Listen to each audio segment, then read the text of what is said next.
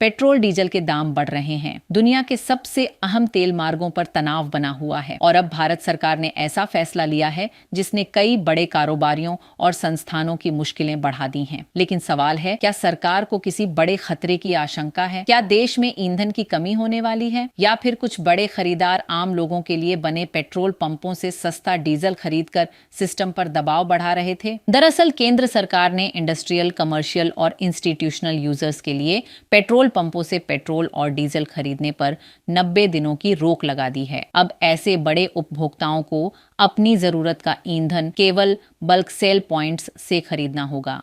सरकार का यह फैसला ऐसे समय में आया है जब पश्चिम एशिया में जारी तनाव के कारण अंतर्राष्ट्रीय बाजार में कच्चे तेल की कीमतों पर दबाव बना हुआ है। भारत अपनी जरूरत का ज्यादातर कच्चा तेल आयात करता है, इसलिए वैश्विक संकट का असर सीधे भारतीय बाजार पर पड़ता है। पिछले कुछ हफ्तों में तेल कंपनियों ने भी पेट्रोल और डीजल के दाम कई बार बढ़ाए हैं। दिल्ली में इस समय पेट्रोल करीब 102 रुपए और डीजल करीब 95 रुपए प्रति लीटर बिक रहा है। मई के मध्य से अब तक पेट्रोल और डीजल दोनों के दाम में कई चरणों में बढ़ोतरी की जा चुकी है।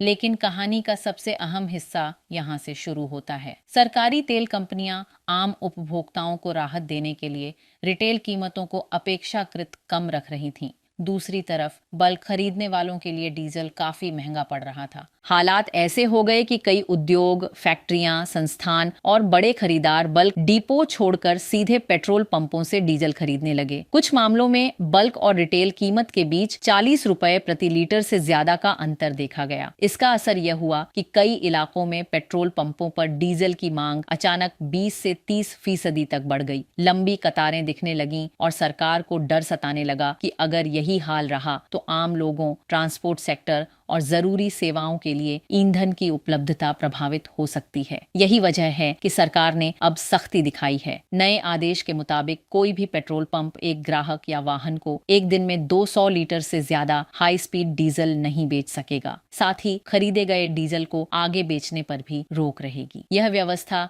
फिलहाल 90 दिनों के लिए लागू की गई है। सरकार लगातार कह रही है कि देश में ईंधन की कोई कमी नहीं है और यह फैसला केवल सप्लाई को संतुलित रखने के लिए लिया गया है। लेकिन इतना जरूर है कि जिस तरह वैश्विक हालात बिगड़े हैं, तेल की कीमतें बढ़ी हैं और बड़े खरीदार पेट्रोल पंपों की तरफ दौड़ पड़े हैं, उसने सरकार को पहले से ही सतर्क कर दिया है। अब बड़ा सवाल यही है, क्या यह सिर्फ एहतियाती कदम है या फिर आने वाले दिनों में पेट्रोल डीजल के दामों पर और दबाव देखने को मिल सकता है? फिलहाल सरकार ने 90 दिनों की घड़ी शुरू कर दी है और पूरे देश की नजर अब तेल बाजार की अगली चाल पर टिकी हुई है।